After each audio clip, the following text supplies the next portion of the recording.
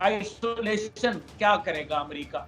America का बाप भी कुछ नहीं कर सकता। कोई पाकिस्तान का माई का लाल आ जाए ना, तो फिर भी कुछ नहीं कर सकता। पाकिस्तान में दुनिया को 3 दफा तबाह करने की सलाहियत मौजूद, 3 दफा। अकेला पाकिस्तान उधेड़ के रख देगा, धुएं का बादल बना के रख देगा पूरी दुनिया को, अगर वो चाहे। लेकिन पाकिस्तान पुरअमन मुल्क है, पाकिस्तान ये कभी नहीं करना चाहता। 2750 किलोमीटर रेंज के ऊपर जब जाएगा शाहीन, तो जाहिर है तेल अवीव को जो है वो लर्जा तारी हो जाए, यहूदी जो है वो घबरा जाएंगे। इमरान खान साहब का जो एक्स अकाउंट है वो इसराइल से चल, अच्छा, इसका मतलब है कि पाकिस्तान के अंदर ये जो तफरकाबाजी है ये किसी और की नहीं बल्कि इसराइल और हिंदू लॉबी की ईमा के ऊपर हो रही है। मेजर गौरव आर्या वो ये कहता है कि इमरान खान को दुश्मन मत कहो, ये हमारा दोस्त है। ये तो अपनी ही फौज को कमजोर कर रहा है, और ये काम भारत बिलियंस लगा के ना कर पाया जो उसने कर दिया। इससे शायद कोई सियासी रिहाई मुमकिन हो जाएगी। यकीन रखें मोहम्मद कज़ाफी साहब, इससे किसी की रिहाई मुमकिन नहीं होगी। इसकी रिहाई होगी तो सिर्फ एक रिहाई होगी, वो है अमरीकी गुलामी से आजादी।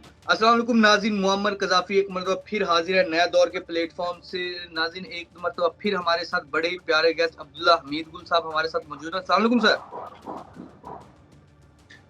जी अस्सलाम वालेकुम, कैसे हैं आप? खैरियत से हैं? वालेकुम, बिल्कुल ठीक। अब्दुल्ला भाई जो ये अमेरिका ने पाकिस्तान के जो जोहरी असासे हैं उन पर हमला किया है, पाबंदियां कह लें, जो भी, क्या असल हदफ क्या है? अमेरिका क्या हासिल करना चाहता है ये सब करके? बिस्मिल्लाहिर्रहमानिर्रहीम, बहुत शुक्रिया आपका। मुद्दई लाख बुरा चाहे क्या होता है, वही होता है जो मंजूर खुदा होता है। इससे एक बात तो साबित होती है कि अमेरिका क्या चाहता है। अमेरिका भारत की खुशनुदी चाहता है, अमेरिका इसराइल की खुशनुदी चाहता है। वो ये जानता है कि इस खित्ते के अंदर जो है अब अमेरिका ज़्यादा देर अपना असर और रसूख कायम नहीं रख सकता। आपने देख ही लिया, चीन के बढ़ते हुए ताकत से और मईशत से भारत ज़ाहिर है बहुत, भारत भी परेशान है और ख़ुद अमेरिका बहुत परेशान है। उसको पता है कि आने वाला जो दौर है वो चीन का दौर है, और पाकिस्तान शायद वो किरदार अदा कर सकता है जो दूसरी जंग अज़ीम के बाद बरतानिया ने अमेरिका के सुपर पावर बनने के लिए किया था। और आज आप देखें कि बरतानिया कहाँ खड़ा है। ऐसी सूरत हाल को सामने रखते हुए उनको नज़र आ रहा है कि एक न्यूक्लियर पाकिस्तान पहलो वकू के हिसाब से बेहतरीन मुल्क, ज़राअत के अंदर खुद कफील, और पाकिस्तान इतना बड़ा मुल्क, 250 मिलियन लोगों का मुल्क, तो ये एक तमाम की तमाम बातें जो हैं, और फिर एक बड़ी बेहतरीन आर्मी, इस वजह से ये तमाम बातें जो हैं वो खटकती हैं। और दुश्मन ये चाहता है कि जब वो इस खित्ते से जाए तो वो ज़ाहिर है भारत और उनके जो बगल बच्चा है भारत और इसराइल, उनके लिए कोई खतरात ना हो। अब भारत का जो मिसाइल प्रोग्राम है उसमें ज़्यादातर जो अग्नि और इसी तरीके से पृथ्वी और दीगर जो ब्रह्मोस वगैरह, ये तमाम जो मिसाइल थे, इनके अंदर भी कुछ रेंज का एक इशू होता है जो दुनिया के अंदर एक पाबंदियां जो कि खुद अमेरिका की जानिब से अपने, जिसको कहते हैं ना सेल्फ प्रोक्लेम्ड रूल्स जो हैं उन्होंने लगाए हुए हैं, और जिसको दुनिया मानती है। अफसोस की बात है कि दुनिया उनकी थानेदारी को कबूल करती है। हालांकि हकीकत यह है कि अगर अमेरिका का मिसाइल दुनिया के किसी भी कोने में जा सकता है, तो पाकिस्तान को या किसी भी दुनिया के मुल्क को यह हक हासिल है कि उसका भी मिसाइल प्रोग्राम जो है अपने दिफा के लिए वो उतना ही दूर जाए जितना अमेरिका या रूस का जाता है। ये तो बात लेकिन है। सर अभी मैं आपसे इंडिया की बात कर रहा था। इंडिया का जो प्रोग्राम है उसमें 300 किलोमीटर से ज़्यादा का मिसाइल जो है वो नहीं बना सकते थे अग्नि के अंदर ख़ास तौर पे, जबकि उनका जो अग्नि है अब वो 800 किलोमीटर की सलाहियत पे चला गया है। तो फिर क्या अमेरिका ने उसके ऊपर कोई पाबंदियां लगाई? FATF जिसको कहते हैं, वो उसकी ग्रे लिस्ट से पाकिस्तान बाहर आ गया। तमाम पाबंदियां जो हैं वो पाकिस्तान पे से ख़त्म हुई अपनी बेहतर कारकर्दगी की बुनियाद के ऊपर। अब इसके ऊपर ये पाबंदियां लगाना सवाए इसके कि उनकी बदनीयती है, इसके अलावा और कुछ नहीं है। सर वो तो सर एक बात सर वो तो कह रहे हैं कि जो अमेरिका के नायब मशीर हैं कौमी सलामती के, उनका कहना है कि पाकिस्तानी मिसाइलों से अब तो अमेरिकी जगह भी, अमेरिकी सरजमीन भी महफूज नहीं है। इसका मतलब पाकिस्तान क्या अमेरिका तक बैलिस्टिक मिसाइल वो वाली रेंज के बनाने जा रहा है, या क्यों अपने सर पे रख के वो इसराइल को बचाना चाह रहा है पाकिस्तान से? क्या आप क्या समझते हैं? देखिए, इसमें जो ख़ास तौर पे शाहीन 3 जिसका ज़िक्र किया गया है और शाहीन सीरीज़ के ऊपर पाबंदी लगाई गई है, वो पहली बात ये है कि 2 किस्म के जो फ्यूल्स होते हैं, वो रॉकेट्स में इस्तेमाल किए जाते हैं और जो मिसाइल्स के अंदर इस्तेमाल किए जाते हैं। एक होता है लिक्विड फ्यूल और एक होता है solid state fuel. Liquid fuel जो होता है, जब उसका धुआं निकलता है तो वो ब्लैक रंग का धुआं होता है। जो सॉलिड स्टेट फ्यूल होता है, उसका जब धुआं निकलता है तो पीछे सफेदी होती है उसके। आपने दोनों पाकिस्तान में, गौरी जो है वो लिक्विड स्टेट फ्यूल पे है और शाहीन जो है वो सॉलिड स्टेट फ्यूल पे है, जिससे उसकी रेंज जो है वो बढ़ जाती है। 2750 किलोमीटर रेंज के ऊपर जब जाएगा शाहीन, तो जाहिर है तेल अवीव को जो है वो लर्जा तारी हो जाएगा। यहूदी जो है वो घबरा जाएंगे और ख़ास तौर पे ये MRV multiple re entry vehicles, यानी कि इनके जो मामलात हैं, पहली बात ये है कि ये मोबाइल लॉन्चर से इस्तेमाल होता है। मोबाइल लॉन्चर का मतलब ये है कि आपने मोबाइल, जैसे आपने देखा बड़े-बड़े वो ट्रक होते हैं, उनके ऊपर मिसाइल्स लगा होता है। अब वो जंग के हालात में या किसी भी जगह पे उनको कैमोफ्लेज करना बहुत आसान काम होता है, छुपाना। कहीं भी आप उनको ले जाएँ, छुपा दें, उनको एक जगह से दूसरी जगह मूव करवा दें, तो ये एक बड़ा दुश्मन के लिए चैलेंज बन जाता है, नंबर 1।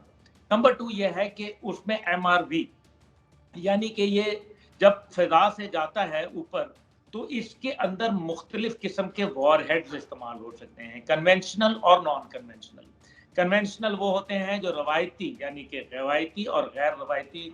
रवायती वो हैं जिनके ऊपर एक बड़ा-सा बम लगा होता है, वो फटता है, उसके अंदर फ़र्ज़ करें 1 टन का वॉरहेड होता है, वो जैसे स्कड मिसाइल थे, उनका फिर धमाका होता है और वो इलाके के अंदर बहुत तबाही मचा देता है।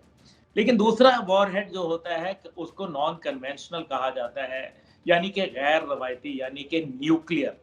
आप न्यूक्लियर लगा लें, कीमियाई लगा लें, आप उसके ऊपर जो है बायोलॉजिकल लगा लें, ये तमाम बातें जो हैं वो इनके अंदर शामिल होती हैं। शाहीन के अंदर जो है ये सहूलत दी गई है कि शाहीन मिसाइल जो है, ये एक वॉरहेड की जगह कई वॉरहेड ले जाने का एक ही वक्त में जो है सलाहियत रखता है।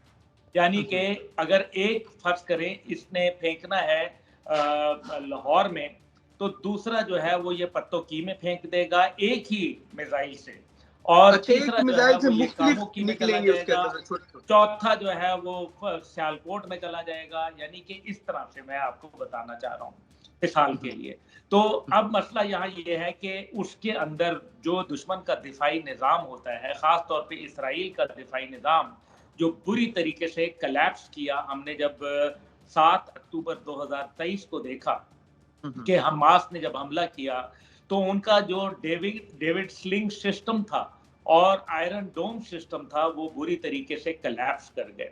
पाकिस्तान का जो मिसाइल सिस्टम है, इसमें यह है कि अगर एक तरफ आपको डेविड स्लिंग सिस्टम या आयरन डोम ने एंगेज कर लिया एक मिसाइल को, तो दूसरे को कैसे करेंगे जो उसके वॉर हेड निकल रहे हैं। यानी कि एक यहाँ से निकलता है, एक यहाँ से निकलता है, एक यहाँ से, तो एक वक्त में वो कितने मल्टीपल टारगेट्स को हिट कर पाएगा। इसका मतलब है कि डिसेप्शन, यानी कि दुश्मन के रेडार सिस्टम को धोखा देने का सिस्टम इसमें मौजूद है। और ये तमाम की तमाम सलाहियतें पाकिस्तान ने इंडिजिनसली हासिल की हैं, खुद साख्ता, खुद पाकिस्तान की ये हासिल करदा। हमारे साइंसदानों को सलाम है, हमारे जो मुहाफ़िज़ों को सलाम है, जिन्होंने ये बेहतरीन टेक्नोलॉजी जो दुनिया के पास नहीं है वो बनाई। 1980s के आखिर के अंदर जब मेरे वालिद मुजाहिद इस्लाम जनरल हमीद गुल रहमतुल्लाह हयात थे, उस ज़माने में वो फ़ौज में थे, ISI के सरबराह थे, और उस ज़माने में ये प्रोग्राम जो था वो शुरू किया गया था। और उसके बाद अल्हम्दुलिल्लाह बढ़ते-बढ़ते इसके पास अब अबाबील मिसाइल हैं, बाबर है, अंज़ा है, बत्तार है, गौरी है, शाहीन के मल्टीपल हैं, तैमूर है, और इसी तरीके से हमारे पास मल्टीपल और मिसाइल मौजूद हैं। ड्रोन टेक्नोलॉजी हमारी बेहतरीन चल रही है अल्हम्दुलिल्लाह, हमारी ड्रोन। और ख़ास तौर पे जब ये बात अमेरिका को इसलिए खटकी क्योंकि जब आखिरी हमने जो डिफेंस परेड की, उसके अंदर हमने जो बात तो चलती थी कि अबाबील मिसाइल जो है वो क्या है, तैमूर क्या है, शाहीन क्या है, लेकिन जब उसको अमली तौर पर दुनिया ने देखा तो दुनिया का माथा ठनका और उन्होंने ये वावेला शुरू कर दिया। और अमेरिका की जाने वाली हुकूमत के ऊपर दबाव डालना शुरू कर दिया कि किसी सूरत आप जो है वो पाकिस्तान पर पाबंदियां आयद करें, तो इस वजह से हमारा जो मुस्तकबिल है वो बेहतर हो सके और हम जो है वो बच जाएं। पाकिस्तान के न्यूक्लियर प्रोग्राम जो है वो किसी सूरत भी अमेरिका को उससे खतरा नहीं होना चाहिए। पहली बात यह है कि हमारा मिसाइल प्रोग्राम उन तक पहुंचता नहीं है। वो उसके लिए इंटरकॉन्टिनेंटल बैलिस्टिक मिसाइल, जिनको ICBM कहते हैं, वो इस्तेमाल होते हैं। ICBM हमारे पास है नहीं, इसलिए पहली बात तो ये अमेरिका की गलत है। दूसरी बात, अमेरिका मफरूजा जात के ऊपर, अमेरिका जैसा मुल्क जो है उसको शर्म आनी चाहिए कि वो इतने घटिया और गिर चुके हैं कि उनको ये नहीं आ रहा कि उन्होंने इल्ज़ाम लगा दिया कि हमें शक है कि पाकिस्तान जो है वो वेपन ऑफ मास डिस्ट्रक्शन जो है उसके लिए इस्तेमाल हो सकते हैं और ये दुनिया की तबाही का बायस, यानी कि शक की बुनियाद के ऊपर है। शक की बुनियाद के ऊपर उन्होंने इराक के ऊपर हमला कर डाला, 550 बंदे फी दिन के हिसाब से कत्ल कर डाले, 10 लाख से ज्यादा लोगों को गाजर मूली की तरह काट दिया गया। और बाद में टोनी ब्लेयर ने ये कहा कि हमें वहाँ वेपन ऑफ मास डिस्ट्रक्शन कोई नहीं था, वो हमारी गलती थी। ओ भाई, तुम्हारी अदा ठहरी और किसी की जान गई, खुदा का खौफ करो, 10 लाखों लोगों के तुम कातिल हो, जालिमो। तुम जो है वो पाकिस्तान पे पाबंदी लगाते हो। तुम लोगों को ये नहीं मालूम कि इंडिया का ब्रह्मोस मिसाइल जो था वो आके चुनिया के अंदर पिछले साल, आपको याद है, साल 2 साल पहले की बात है कि वो एक चुनिया में आके गिर पड़ा था। और इसी तरीके से इंडिया के और मल्टीपल जो उनके तजुर्बे हुए, नाकाम हुए।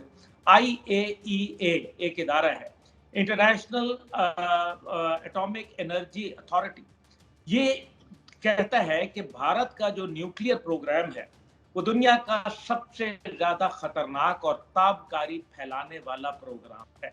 यानी कि उसके जो तैयारी के अवामिल हैं उससे आम आदमी की जिंदगी खराब हो रही है। आपको पता है भारत के मुतअद्दिद न्यूक्लियर प्लांट्स जहाँ हैं वहाँ के आस पड़ोस के लोग जो है ताबकारी का शिकार हैं, उनको बीमारियां लाहक हो चुकी हैं जो कि नाकाबिले, तो मेरे ख्याल में वो उनको ठीक नहीं हो सकती।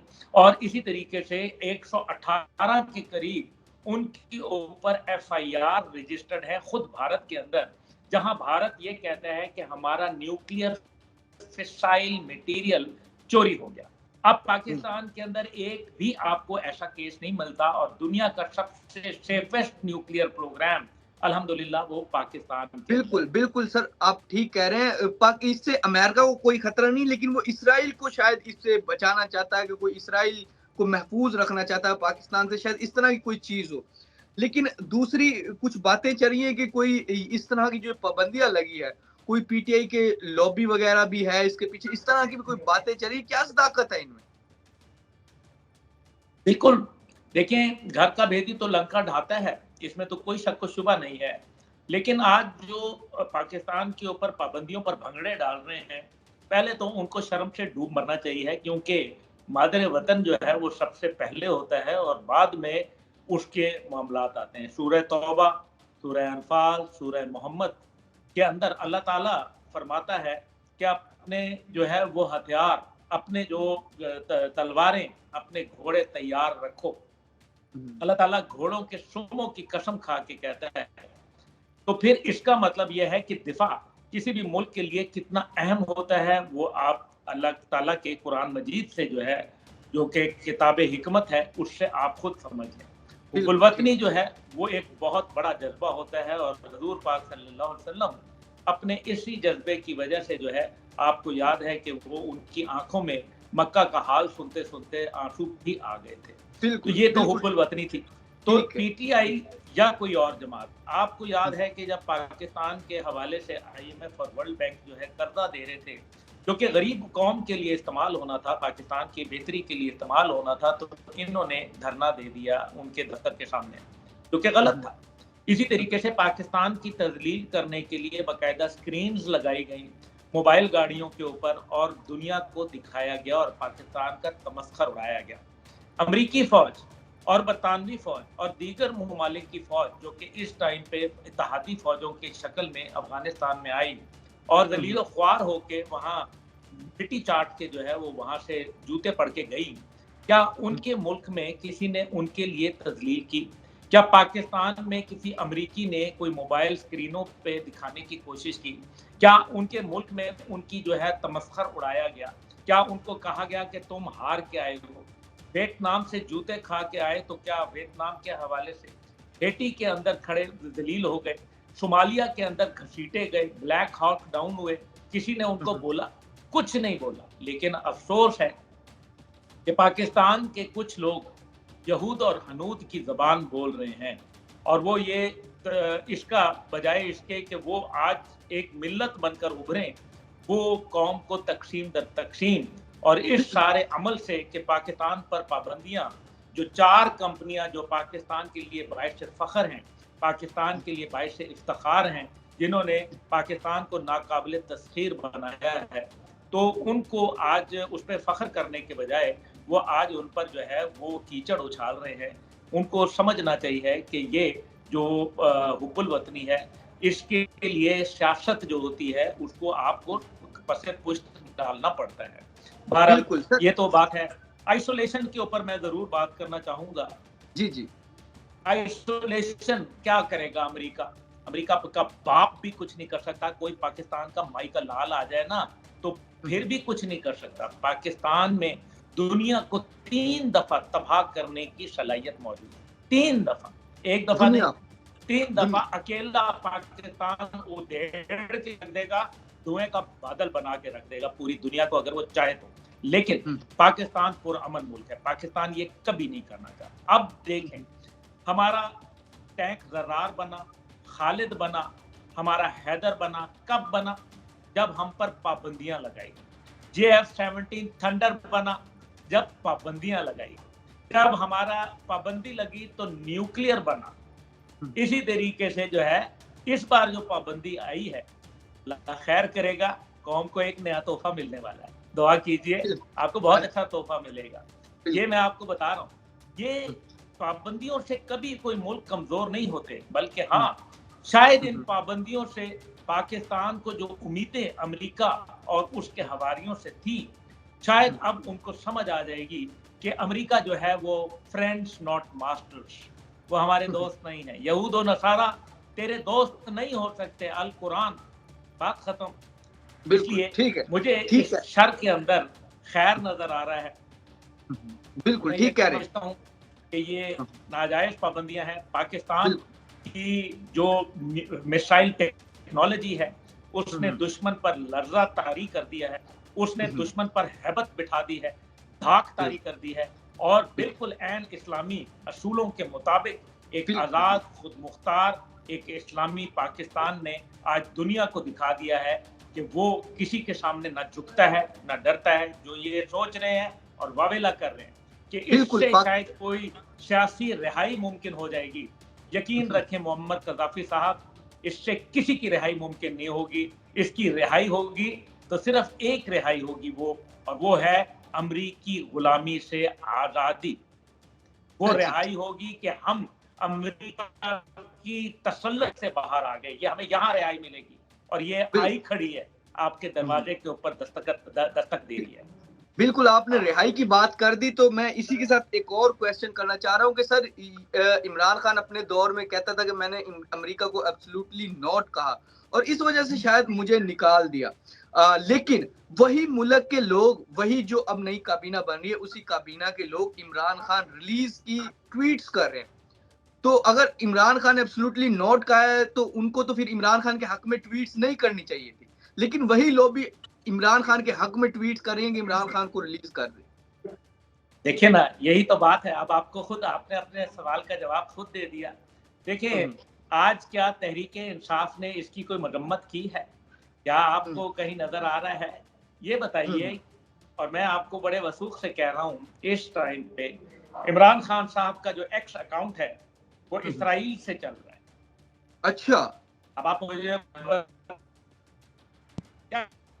रऊफ हसन, जो कि तहरीक इंसाफ के तर्जुमान भी थे, उस वक्त जब उन्होंने एक्स के हवाले से जब बात हुई तो उन्होंने कहा हमें खुद नहीं पता वो कहाँ से चल रहा है। मैं आपको बता रहा हूँ, वो खुद, उनको पता है कि वो कहाँ से चल रहा है, वो बताना नहीं चाहते।